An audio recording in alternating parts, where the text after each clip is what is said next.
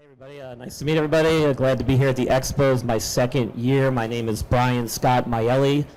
I'm a full-time physician assistant, orthopedic surgery and sports medicine down in Charlotte, North Carolina. Originally I hail from New York, where I did my training and studies. Also, I'm a former athletic trainer, having worked in professional sports, college sports, and high school sports as well.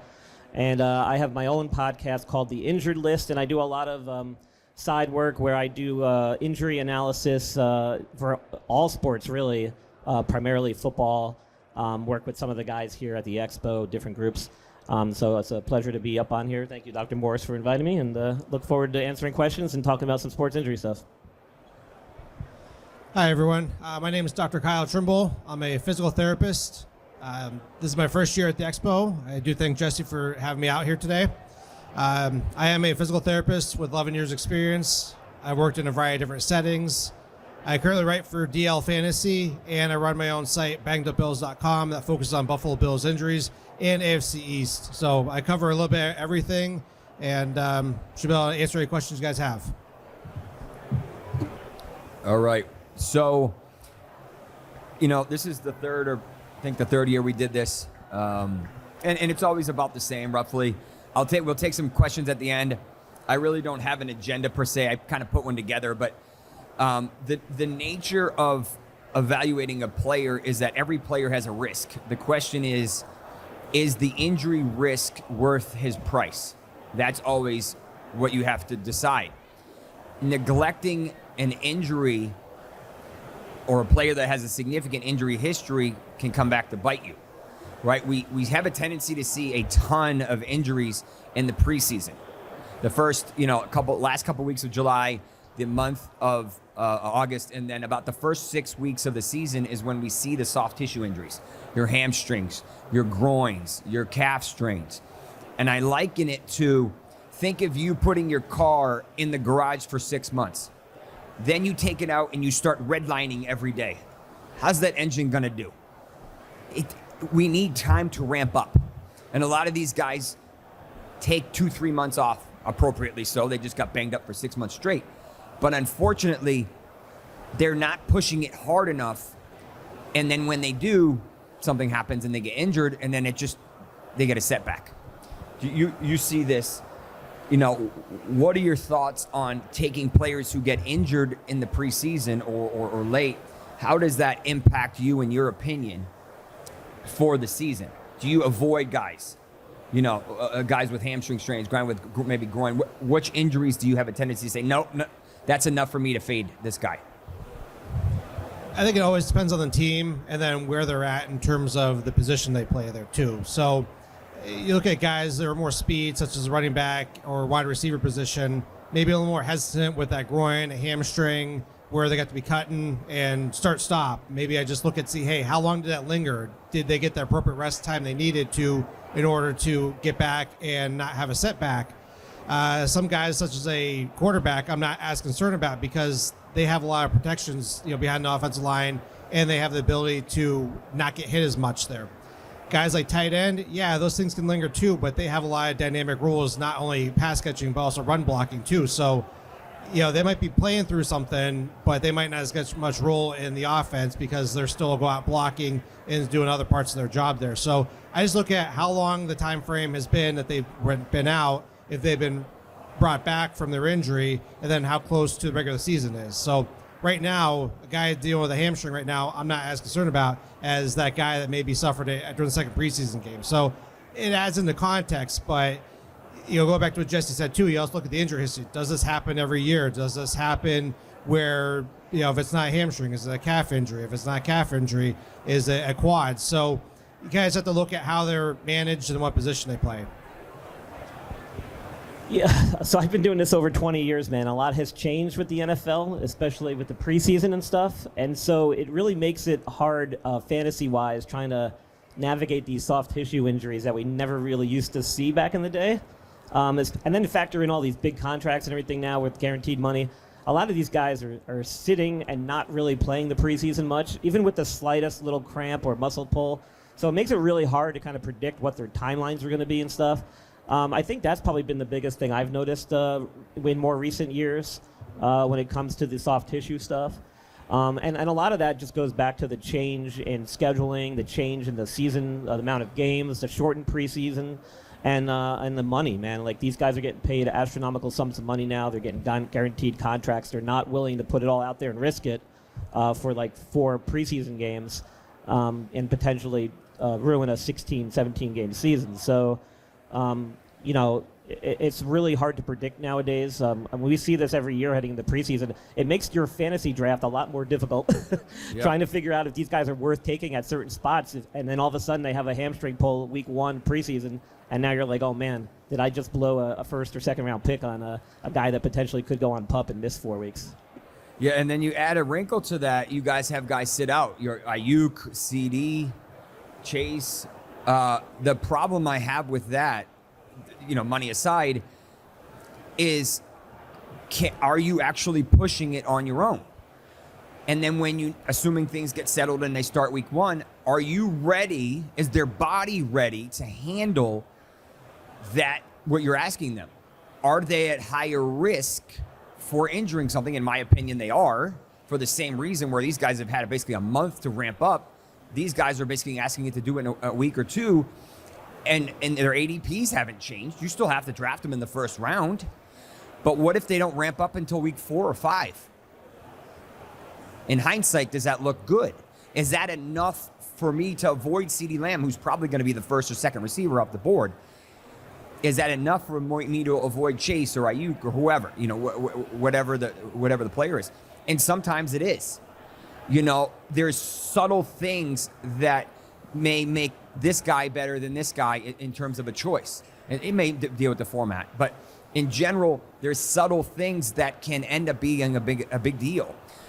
One of my favorite phrases is the greatest ability is availability. You're no good to your team if you're on the sidelines injured, right? And the problem with soft tissue injuries is that the reason why they happen is because you stretch the muscle farther than it could handle. And the problem it doesn't heal is because it has a poor blood supply. Predominantly in the hamstring, there's a midsection that has an area of the tendon that doesn't have a good blood supply. This is why Julio Jones had injury after injury after injury. Christian Watson. And the problem is it's very difficult to get that tissue healthy again. I do it with injections, but not everybody is willing to do that. So the problem is he's always at a greater risk because that tissue is never the same. Or not exactly the same. It's never perfect. And, so it's frustrating. Sometimes you have these annoying things. We saw Aaron Jones last year. Looked amazing when he was healthy, but, and then you add another wrinkle to it. I was talking about some of this earlier. Different team medical staffs are more aggressive and more conservative than others. The Eagles are really aggressive. They brought back Dallas Goedert the week before a bye after missing a month. I'm like, what the hell? And then the Packers are notorious for being slow. They will hold the guy out a week or 2 more than they usually would to be safe. So knowing that, is that enough? He might miss 1 game as opposed to 2, or 2 as opposed to 4. Do you pivot? So then it starts to get complicated, right? There's different levels to this. It just depends on how far the rabbit hole you want to go. But in general, I like to talk about this stuff because I find it fascinating. And there's always content, as you could probably imagine. But the part of me is like, I wish I had time to cover defensive guys. It's just not enough time in the day, because obviously those guys get injured too. But from a fantasy perspective, most of you don't play, with IDPs and stuff. And then sometimes you step back and say, is he still going to play? So my job when I do my content, my goal is not only educate you about the injury, but also about when is he going to be 100%? Is he going to be on the field and be a decoy? And then you look at it from a betting perspective. He's not going to hit that 8-catch mark if he's not 100%, so you take the under. So you can play it that way. Or from a fantasy perspective, they may say, yes, he's playing, but is he a good start? So you look at it from that perspective. So that's why the stuff that I do, and a lot of the times we have to read between the leaves. They don't tell us 90% of the time what the injuries are. They're getting better than 5-10 years ago. It's not like hockey, upper extremity injury. I'm like, what the hell is that? Shoulder, hand, knee, elbow, what is it? This is a groin. This is a high ankle. Okay, that's better. And how I analyze it is he missing a week or is he missing a month? Okay, if he's missing a month, that's probably a grade 2. That's not a mild injury. If he's missing a week or he's playing next week, okay, he got lucky. But some things we know have to get surgically repaired. Your Jones fractures, your Achilles, stuff like that. There's nothing they can do but shut it down. It is what it is. So when Malik Neighbors got injured this morning, whether you know about it or not, and he injured his left foot or left ankle, I'm like, oh boy, did he just suffer a Jones fracture and he's not going to be back for 11 weeks. That was the first thought in my head. I'm like, damn it. Right? I'm like, now what happens to his ADP? I think he'll be fine. I don't think anything really happened. But that can change in 2 seconds. And if you just took him in your third or fourth pick or whatever, wherever you took him, that may change a lot. And that's going to change Daniel Jones. There's a lot of moving parts to that. So all it takes is one split-second play. We want to share some thoughts on that? I agree with that. You can make the best decisions possible during draft, and they can all go crap in week 1. I tried the strategy a few years ago of drafting guys that were not having injury histories or that appeared to be safe picks, and that failed miserably. I think I made the playoffs and lost in the first round. So, yeah, you do want to look at injury history. You do want to understand things, but sometimes even the best laid plan still goes to crap because you could plan it right, and then guy gets injured, something that you couldn't have seen coming, that fracture, Achilles tear, ACL, and you just want to be mindful of what you're looking at there, but know that you can't necessarily plan ahead, but you have to just kind of look at the risk mitigation with everything. Something Jesse mentioned about some of the medical staffs being aggressive and conservative. I actually looked into this twice over the past few years about how some teams utilize the questionable designation. If guys could be heavy on playing or whether they're going to sit out extra time. It's really interesting to see how some teams have navigated questionable designations, doubtful designations. They got rid of the probable designation a few years ago, thankfully. But you're going to have to look at how the team navigates that stuff. Without reading off my article that I did, doubtful players play less than 2% of the time. So if you see a doubtful player, they're probably not going to play, and if they do play, they're not going to be effective. So that's a nice, easy thing to remember there. But I was looking at some of the other teams. Questionable is supposed to be 50-50. That's how I would interpret that. I found the league average to be about 66%. I've seen teams as high as 90% in one season playing as high as, if the questionable guy, then they go out and play there. I didn't see how effective it was because I was looking at it from a team perspective. And then you had teams as low as 12%. Now, once again, those are outliers on both sides there. But the Jets historically have been higher. I believe the Buccaneers have been higher. The Saints have been up there too. And then the use of the questionable designation. The Patriots are notorious for putting everybody questionable, and it's hard to determine whether they're actually going to play or not, and it drives you nuts. I wouldn't be playing too many players that play for the Patriots in fantasy this year because they're not going to be good. But you got to look at the context of the training staff and then how they designate them to see whether they play or not. So it goes back to all it depends, but there's just a lot more that goes into the training staff than just it's a high ankle or it's a hamstring. How does that team manage it? And that's where the nuance of what we do really shines. Yeah, you bring up great points. You got to be careful what you read in the media, especially when you're hearing injury reports coming from the coach's mouth as he stands up on a podium. You're really not getting very accurate information. And I'm sure that there's a hidden agenda behind what they're telling the press because they don't want to show all their hands before they've been dealt. So, you really got to look at the injury specifically, what it is, what timetables are for their return, what you could expect as far as them ramping up their activity prior to game time. But those designations are really important, and those are mandated by the league. So the teams have to put some type of designation on any player that's been sat out of practice or dealing with an injury and has appeared on the injured list. So they must, by the league rules, put those designations there. Whether or not they're actually true to what their statistics say, that's anyone's guess. I mean, like you mentioned, the questionable is usually supposed to be 50-50, literally. And as you mentioned, some teams probably have close to 60 or higher. Some teams maybe less. So you got to take all those things into account and not just focus on the injured list and what it says as far as their designation. There's a lot of things that go into it. And then when it comes to teams, there's a lot of decision makers in these in these organizations in the front office. It's not always necessarily down to the medical staff, despite the fact that that's what they're there to do. They'll give their recommendation. They'll tell the coach. They'll tell the organization what they should do from a healthcare perspective. But what then happens is really down to the player, down to the coach, and down to the staff. And so we could sit here all day until we turn blue in the face telling them that they should not play or they should sit. But eventually that decision is ultimately going to come down to the organization, the coach, and the player. So you always have to pay attention to that stuff and see what their players are doing, ramping up their activity as they get closer to game time. Don't just take the media reports for it. So I always find it difficult to monitor and track all the injuries. It's friggin' almost impossible. So it's tough, especially if you're covering all the teams like I do. So a couple of years ago, I started making an Excel spreadsheet that I update. It ends up being multiple times a day throughout the season, and I made it free. It's on my website.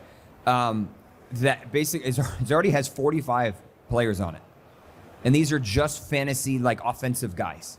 Like I'm like we haven't even played a game yet, and it's probably going to double next week. And I change it daily. And then there's a premium one that literally gives you info and percentage of likelihood to play that week. So that's one resource that you can use to say, hey, who's injured? What is he dealing with? And I give you like a mild, moderate, severe, meaning mild, you're probably going to play this week. Moderate, you might miss a couple weeks or it's going to impact them. And then severe, they might not play again this season or it's going to be a while. That's one of the ways that, but it's tough because I'm trying to find injuries. A lot of it's just on video and they won't comment on it.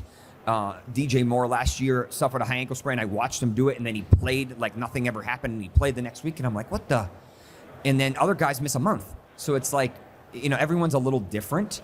So it's tough. It's very challenging. And then you just kind of have to pick your poison. Like, hey, is this guy at 70% better than this guy at 100%? And sometimes the 70% is probably going to win. I'm going to transition now to the dreaded ACL tear.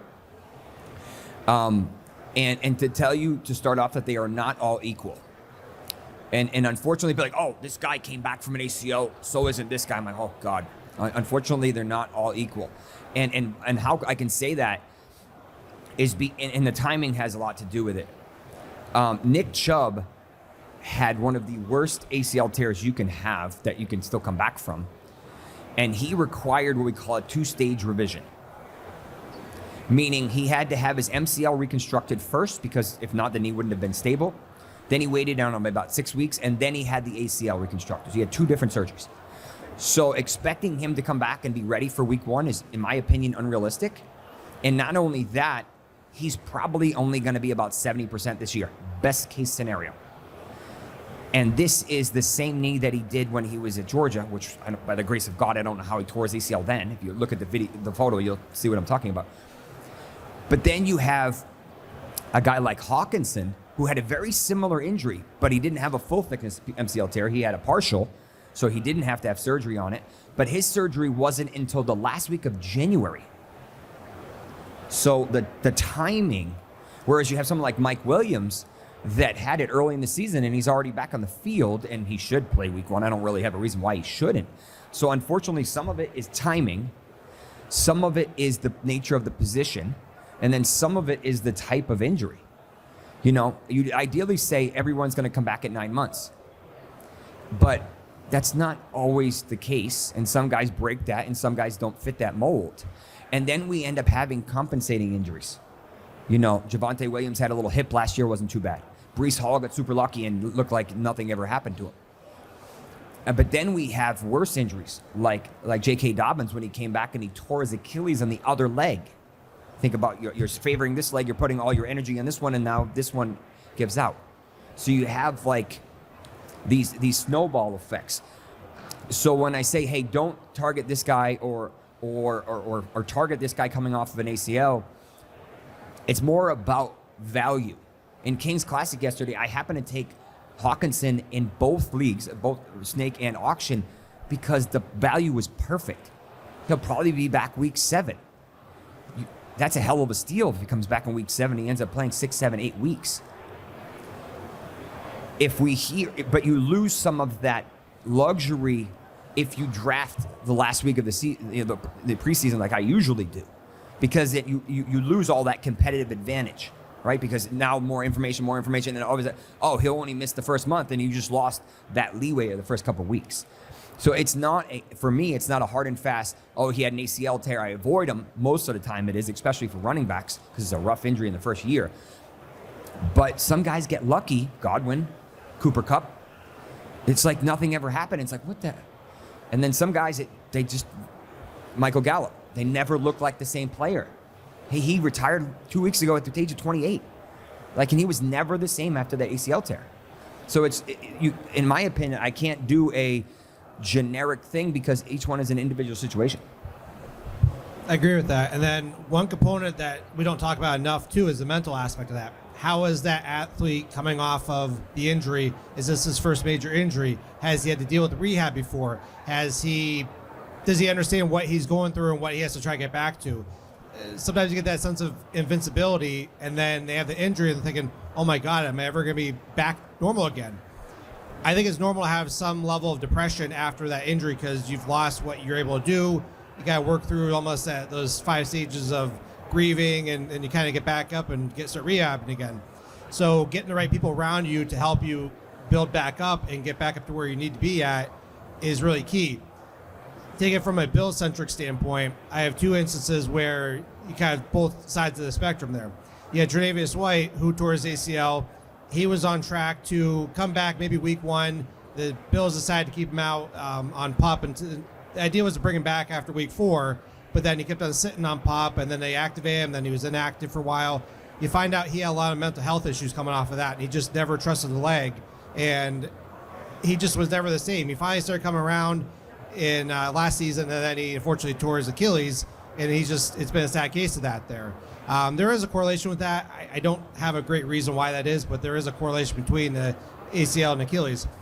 The opposite side of that is Von Miller. I mean, Von was telling everybody he only, I believe it tore his meniscus, and then it was either a partial tear and then turned to be a full tear. He's just talking, all the way back in 6 months. I'll be back in week 1. Kept him out till week 4. Then he looked like garbage last year. I mean, everybody that plays football or watches football can note that he did not look good. He had 3 tackles, no sacks, and then maybe in the last postseason game, he finally started looking good. He's looking good again a year out after the surgery, and he's finally talking about how he shouldn't have been playing last year. So you got guys who can't trust their injuries and then never really get back to that same level of play, or you got guys that overcompensate and talk about how great they are, and then they suck, and then it's like, well, I don't know what to believe. That's why it goes back to what Jesse was saying. There's more than to it, and you can't just say it's a cookie-cutter approach with the ACLs. The ACL injury is definitely not as benign as we used to think. It definitely causes a lot more traumatic injury to the knee as a whole, especially when you get several years removed from the actual injury, and we know this now. And subjectively, a lot of the statistics will kind of confirm that. Most players won't even feel like they've made 100% recovery for almost 2 years out from their reconstructive surgery. And so when I'm talking about ACL stuff, I always make that note. Don't forget this guy's only 9-12 months out. You could expect to see some performance gains up to that second year. Classic case of that would probably be like Saquon Barkley. He had an awesome second year following his ACL reconstruction. Kind of looked like the player of old. And then I look for big things from Breece Hall. He's entering now his second year from his ACL reconstruction, and he looked really good at the end of last season. Yeah. And he did it right. I mean, they kind of took him along slowly. They didn't rush him back onto the field, even though he was pretty much cleared right from the beginning, I think. So, those are really good examples of what you could expect from guys with ACL injuries. But then when you start talking about Nick Chubb, I mean, then you get a lot more complexity there. He's got multi-ligament injuries. He's got probably much more damage inside that knee. I don't know what's holding that guy's knee together. It's a miracle that he's able to continue to play professional football at the level he does, and we'll have to see how he bounces back from this one. But it's not as simple a benign injury as people think. Yes, the surgery has come a long way. The reconstructions are a lot better. The technique's a lot better. We're using quad tendons now. We're not just using hamstrings and patellar tendons anymore. And that seems to be doing very well as well. But, the literature hasn't bore out on that just yet. But it's not a benign injury. And eventually it will catch up with these guys, unfortunately, at some point in their career. Good. Yeah, thank you. So I did a little bit of it. I do it one every year, but I update it. A deep dive on ACLs. And I focus predominantly on running backs because that's more common. And then, I did an exhaustive one for wide receivers, and I'm working on one for tight ends. Tight ends are really rare for like premium elite tight ends. Most of them, there's 35, I want to say, over the past 15 years. Almost all of them are blocking tight ends, the guys that you don't really know, right? They serve a function. There's only been a couple that have actually tore their ACL that were elite and came back and were elite. Gronkowski, Ertz did one, 2 years ago, I think it was. Hawkinson this year. And then there's a couple more that are missing, but it's not common. There's not a big number. Whereas running backs, we have about 30 or so also, but we have a lot more data. The first year, they really struggle. The only one that defied the odds way back when was Adrian Peterson. You remember 2011? Jamal Charles was the same year. And then Breece Hall did it last year, but he did it in a different way because he was targeted 1 million times. So it was a little bit different. And obviously we didn't see the Rodgers injury, so it was hard to appreciate. But most of the time, the first year is the hardest year. It is a mental game. You're running on a dime, have to put your foot in the ground and cut to the right or to the left, whatever way you're going, and have to trust that ACL is going to hold up. And then you got to do it again. And then you got to do it again. And then you're going to get hit, and you're going to get tackled with that same stupid knee. It's a mental grind. So just know that it takes time to get that rust off. The second year is almost always better than the first year. And unfortunately, you can have a repeat tear. There is an increased tear rate. Deshaun Watson did it. Zamir White did it in high school. Tajay Spears doesn't technically have an ACL on one of his knees. So it does happen. It's pretty rare, but it technically does happen. I'm going to rotate over to a newer injury not newer, but becoming more common, which I hate, and that's the Achilles. Up until 2023, there was only 2 quarterbacks ever to tear their Achilles. Dan Marino and Vinny Testaverde. Think about how many quarterbacks have played in the NFL. It's probably got to be thousands at this point, at least hundreds. Why did we have 2 over an 8-week span? And one only made it 4th place, right? I have a lot of concerns and I have a lot of thoughts on that. Most of it is turf related. Whether or not the data shows it is a separate discussion. This is an awful injury. Quarterbacks get lucky and it really doesn't impact them. I think it will impact Cousins a little bit more because it's his power leg, whereas Rodgers, it's his front leg. It's not as bad. But obviously their shoulders and upper body and mental capacity are still there, so that's why you probably won't see a big dip. On the other hand, running backs, this is a killer. The only running back to come back and be relevant in the first year back was Mikel LaShore. Yes, that's a long time ago. He retired the year after. Over half of the players, specifically running backs, that suffered an Achilles tear never played another game again. It's an awful injury. Think of it the way I like to think of it. It's like an elastic band. And you need it to be explosive and elastic every single time. And it's just not. It kills the defensive ends, same difference. I've had several that were coming back. A couple of them overstretched it. They need to have it repaired again, and they never made it back to the field. One of the favorites, I won't use names, from this city, and unfortunately, it was never the same, and he never made it back. As much as he tried, it didn't matter. And remember, those guys are 300 pounds. They're freaking huge. 6'5", 6'6". That's a lot of weight to be moving through a tendon every single time you try to push off the line. Not super common with wide receivers, thankfully. We've seen it, in all over the place. It is a very, very difficult injury to come back from. That calf will never be the same size, ever, in my opinion. And I don't really care about that, to be honest with you. But share your thoughts on this rehab. We've seen Cam Akers do it twice, and he just came back and looked really good in the one that was played here a couple weeks ago. I didn't see what he did yesterday. That's unbelievable. I would like for him to break the mold. We've seen the only player that's really relevant right now that came back, running back-wise, from an ACL tear is Donta Foreman, and it took him 4 years to come back. That's ridiculous. And he came back as Derrick Henry's backup, so it wasn't like he was really relevant. What are your thoughts? Donta Foreman being the gold standard for Achilles' return to play that doesn't warm my heart, but that's just the reality of that there. But I mean, it is an awful injury. It's shocking that Cam Akers, tore it twice, and he still continued to try to play through it and come back. It's a long and slow, tedious rehab process. I know all that discussion about Aaron Rodgers having, I believe it was a speed bridge, if I believe that's what it was there, and talking about how it's revolutionary. I know it's been out a lot longer than the way Aaron Rodgers was talking about. Yes, they've gotten better with reattaching the tendon to the bone and making sure that the tendon pieces connect back together, but you're non-weight bearing for a while. I know some of the procedures allow you to weight bear sooner, which can lead you to return back sooner, but still you just have to ask that muscle and that tendon to act like it was before. Like Jesse said, it's not as elastic as it once was, and depending on where it tore at, you're asking that surgically repaired area to pull just as effectively as it needed to be.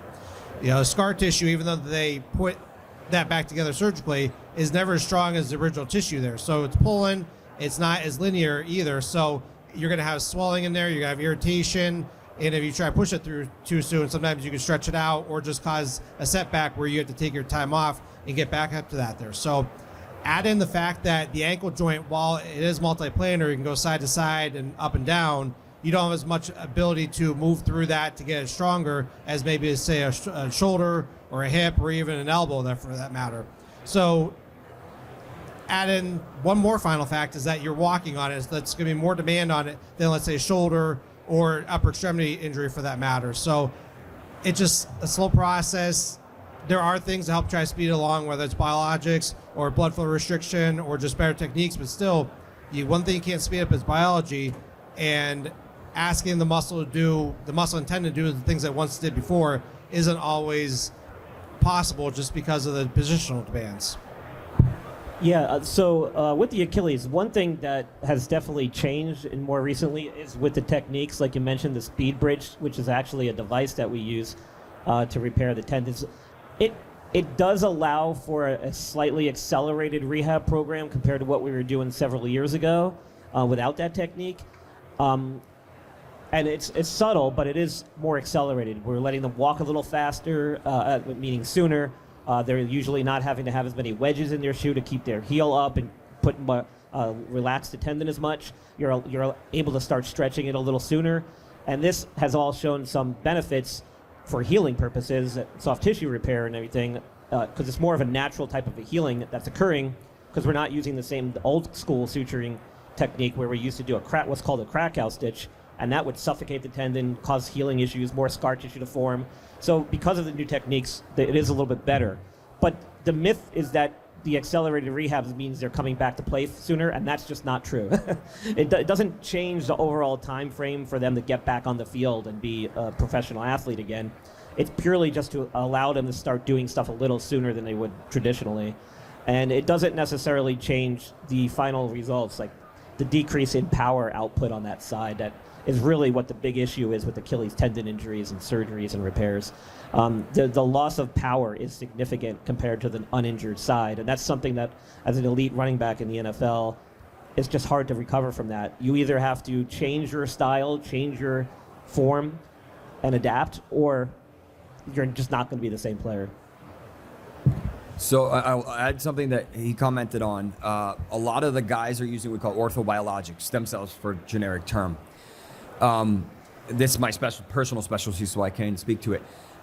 Both Rodgers and Cousins had them. I didn't perform them, but I know who did.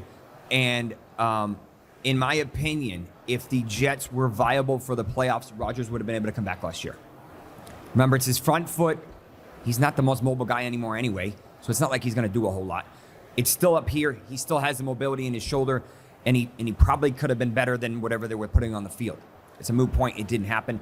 It was risky. Yes, he would have likely overstretched that tendon, which would have caused a lot of problems, but it didn't happen. But I thought it was a fascinating debate.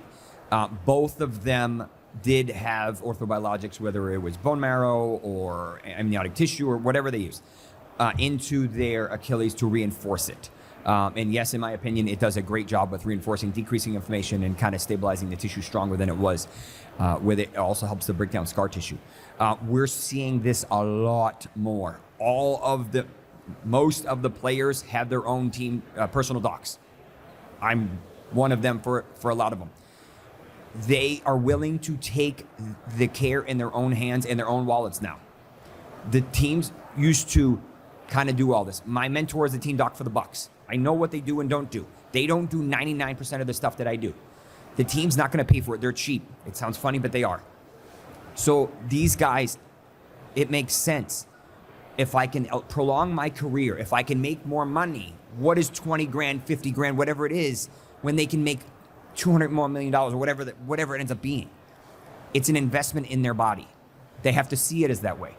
And I try to speak to them and say, don't wait until you start breaking down at 27, 28, when their genetics start to kind of give up.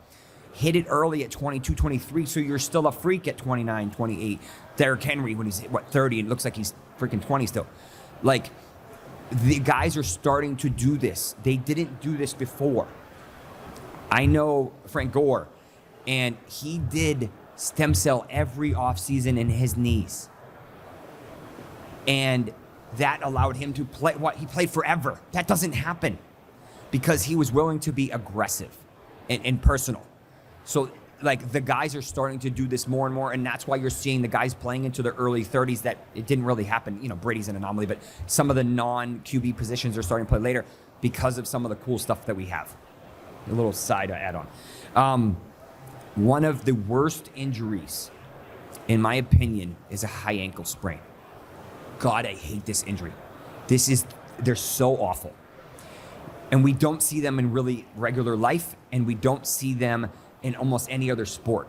Why? Because you basically have to do it. You put your foot on the ground, and then someone has to push your heel, and basically the tendon splits in your shin. Why is this such a problem?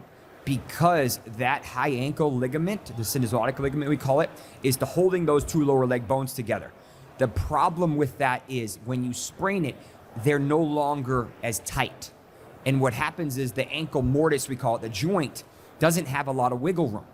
So when the bone starts separating, it hurts like hell. So even type 1s or grade 1s take 3-4 weeks. The grade 2s, you can't stand for 2 weeks. Never mind playing, you can't stand because you put weight on it and that bone starts to shift out and it hurts. It really hurts. The other thing I want to describe about this is that this is a rotational injury, meaning you can run straight, but when you cut and plant, that's when it hurts. And that's why running backs struggle. Eckler had one last year. How did that play out? Week 1, never the same. Saquon had one in week 1. That's his second time he had one. And I think he got a little lucky. Maybe it wasn't as bad as Eckler's. These are awful injuries. When you hear high ankle sprain running back, more often than not, you're going to be disappointed. Trade him if you can. Some other positions get lucky. We saw Trevor Lawrence play through one like nothing ever happened. Obviously, didn't really need to be mobile. Wide receivers, they struggle too. They not as bad, but they still struggle. Remember, the running backs are cutting, right? The wide receivers have less cutting. They're still cutting. I hate these injuries because I know how bad they are. Alvin Kamara has been quoted saying, "It took me 6 months to finally feel normal again." That's a long time. And it's never obviously going to be in the same season. They're just frustrating injuries. Please share your thoughts. And the problem with the high ankle sprain too is once you've sprained that area with the syndesmoses and the ligaments around the area, it's not like you can tape that area back up and provide the stability it once did. They certainly tape the heck out of them and try to do everything they can to regain that stability. But once those ligaments are stretched out, it takes time to heal it back up. Once again, you can do everything else possible, tape or rehab or biologics, anything else to speed up the healing, but sometimes time is the only thing that's going to allow you to get that thing back up to normal there. And every time that they go to cut on it, it is tweaking that area again, and it doesn't necessarily restart the process, but it can almost feel like you re-injured it all over again. You have to restart the process. The difference is sometimes they can bounce back a little bit quicker, but then you're just playing on a loosened ankle all season, and it's just never the same, and you're just constantly struggling to push off it there. Like Jesse said too, I'm not seeing high ankle sprains too much often. I'm usually kind of getting past that. I'm getting the sometimes fracture dislocation or just fractures in the other area where that stress has just pushed it so much where the lateral malleolus is broken, and then you're dealing with the surgical repair, which is a whole nother thing because sometimes you have hardware in there that slows it down and can restrict the range of motion. Then you're just trying to slowly work it through without getting things irritated. So we do see the tightrope surgery does come back and does well. That's starting to come more in vogue with some teams, but it's not always a cut and dry approach because you still have to let the surgical area heal back up. That tightrope that comes up through does allow that stability that sometimes tape in the healing doesn't quite provide, but it's not like they get the surgery and boom, they're back up to speed there. But that might allow for a better recovery down the line. Let's say they do it week 1. They might be feeling back to normal toward your playoffs, but it doesn't mean that they're going to be back to prior level function week 3, week 4, right after the surgery. Yeah, high ankle sprains suck. I usually tell people that it's probably going to be at least 6 weeks for most guys to get back on the field in any meaningful role. And that's pretty average. And they're difficult to treat notoriously. They take a long time to get better. Usually they have a lot of swelling, a lot of pain. You typically have to keep them in a boot or off of it for multiple weeks before you even let them start doing any type of significant therapy or rehab. And that's kind of been the way they've always been. When it comes to that injury, the other unfortunate thing is a lot of times that injury happens, it's significant, but not significant enough that you're quick to pull the trigger for surgery, being the tightrope procedure. And so a lot of guys will not get that done right away, and they'll try to heal it and let it heal naturally and then come back. We've seen a lot of guys recently get this almost like prophylactically. Like Tua Tagovailoa had both ankles done in college, basically prophylactically. Jalen Hurts too. So I mean, like, that's kind of a little bit off the deep end, in my opinion. I mean, prophylactic tightrope surgery is not benign, like any surgery, but that just goes to show you that it's a difficult injury to treat, and it generally takes a long time to get better and recover from. So, yeah, the Tua situation, he came back 2.5 weeks after that surgery and played in a bowl game. That might have been Alabama pushing him, which isn't completely surprising. But, yeah, and a year later, he almost did it like to the day to the other ankle. I'm like, what the? He had it again. I think it was a little longer until he came back. The cool thing about it, if there is one, is that it's much harder to re-injure that because there's hardware in there. Most of the guys just keep it in there. And if you do have one, it's probably going to be much milder. That, in my opinion, is what happened to Kyron Williams last year. He had one 2 years ago. It's hard to confirm it's the same leg. Sometimes they don't, it's not obvious. And he, in my opinion, he tweaked it, and that's why he came back and he looked like really nothing ever happened, which is pretty rare. But, Adam Thielen tried to push through one, I think it was 2 years ago, might have been 3, mid to late part of the season, and he ended up having to have tightrope, and then he was fine after. But they're frustrating. Cooper Kupp had one, so they're frustrating injuries, and they really knock a lot out of you. We're starting to get kind of finishing up with the time. I think this ends at 3. So I'm going to kind of take some questions, or if you have any, I mean, we could do this all day, but is there any I'm going to say final thoughts, but we'll answer some questions. But you want to share anything? I don't have anything specific that I necessarily want to hit on. I'm open to any questions at all, but there's definitely just a lot of nuance in discussing these injuries, and it's just more than cut and dry. When you're looking at Sunday, who should I start, who should I pick, and it kind of go from there. So, do you want to add anything before we take questions? No. I think everybody did a great job kind of summarizing the topics we covered. I'm open to any questions about any sport, any athlete, not just football, even though we are here for the Fantasy Football Expo. If you guys want to catch me, you can hit me up with any questions. I'd be happy to answer them. Okay. You might need a... J.K. Dobbins, is that what you guys about? Okay.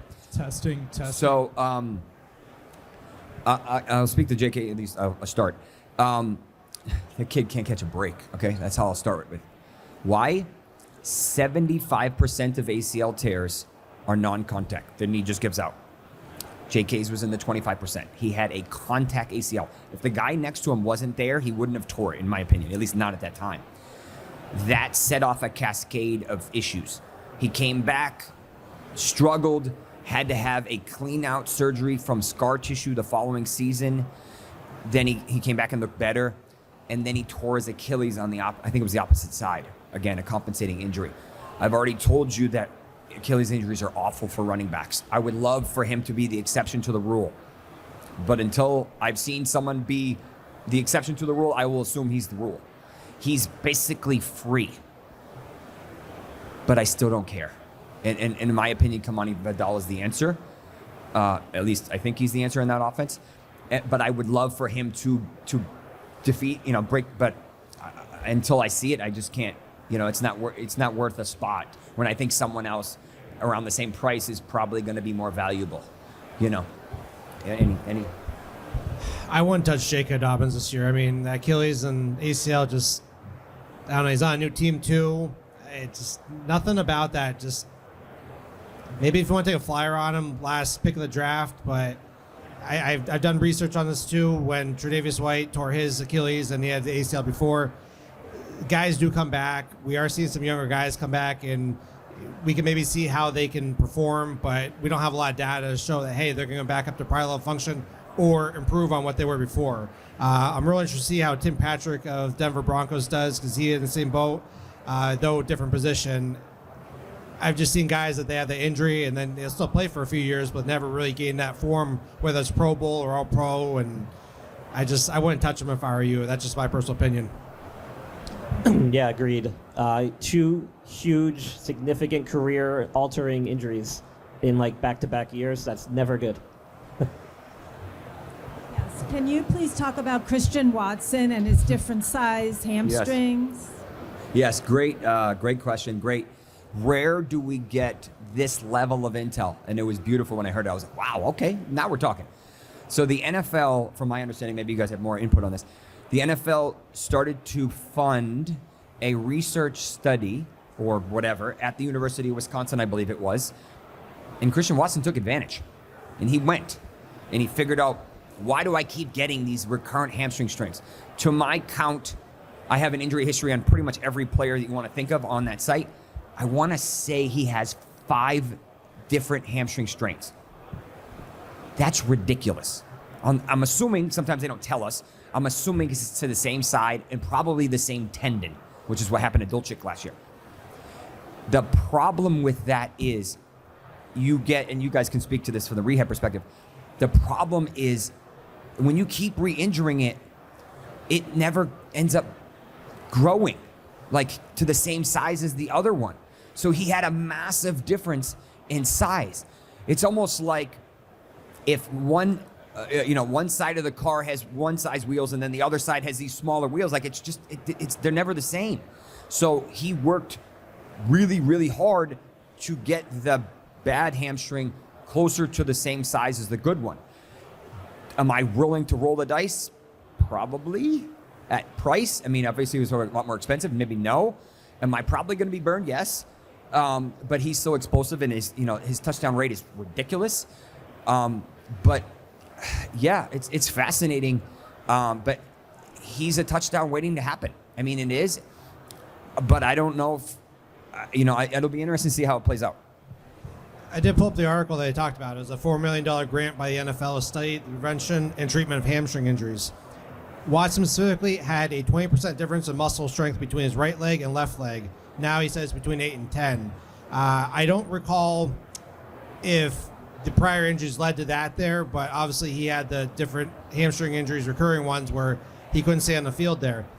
If he was doing what he's doing with a 20% difference right to left, and that's kind of out of balance there, and he's at least got it back down between 8 and 10, and I think he said his goal was 6, I'd be wanting to take him on, just a, I don't want to say flyer. I mean, we know Jordan Love's real good. He's going to be throwing it to him, but I'd be wanting to take a shot on him just because he's at least addressed the issue, and their injury risk should go down because it's addressed the issue, and they should be more equal than they were previously. Yeah, I read that article. I think you might have been even on a podcast talk about it too. Took total advantage of the University of Wisconsin's program and got his thing right. And that's a key in preventing re-injury, is identifying what the problem is. And he's obviously done that. I mean, I see no reason to not take a chance on him this season outside of those hamstring issues from last year and the years past. Now that he's identified the problem, they can correct it. And, the great thing is, as an NFL wide receiver, you've got all the resources there to kind of monitor that, make sure that he's doing the right thing, getting the right treatments, doing the right pregame warm-ups, and having the best injury prevention you can possibly have from a healthcare standpoint. So I see no reason why not take a risk with him this year. Yeah, over here. From a medical standpoint, your thoughts on the league banning hip drop tackles? Finally, hip drop tackle being banned. Watch Mark Andrews' play and you'll understand why. I'm hoping we see less high ankle sprains this year. I know it's a cat and mouse. They develop this, they figure out a different way to tackle or whatever, but unfortunately, basically grabbing and falling on the player leads to all these crazy lower extremity injuries. Andrews won't be the same this year. I'm sorry to break it to you. He had a bad ankle fracture and probably a high ankle. I don't think they ever confirmed it. And, he came back, but he wasn't really the same player, which is expected. That's similar to what happened to Tony Pollard. Very similar injury, who looked really good yesterday. It takes time to come back. These are frustrating injuries, and these are bad. I understand that they're help. It's hard to tackle these guys as it is, but I just think that was a smart decision. I'm sure a lot of the players weren't happy about it, but kind of like spearing. It was logical to me, and I'm happy that hopefully should lead to less injuries. We'll see, but it'll be interesting to see. I don't have much to add. It's unfortunate for defensive players, but like Jesse said, it's a cat and mouse game. You have a new rule. You have to try to find a way to adapt to it. They just have to find another way to tackle. You can't tackle too high, can't tackle too low, and just keep trying to get the guy down the best way you can. And if you find a new technique, then go for it, and then kind of see how it plays out. The NFL, man, they do this to themselves all the time. Like, they make rule changes, it leads to something else happening that causes massive injuries, and then they have to go and make a change on that. So this is not surprising that this was inevitable. I mean, these were horrible tackles, it's horrible technique. But what were guys supposed to do? They couldn't hit them high, you couldn't hit them low, so they resorted to hip drop tackles, and now that's done. So it's a good thing from an injury perspective. But now I'm waiting to see what the next thing is that the defense is going to have to adapt to try and tackle somebody and not get a penalty, and see what that leads to. So something else is going to happen down the line. It's just the NFL being the NFL.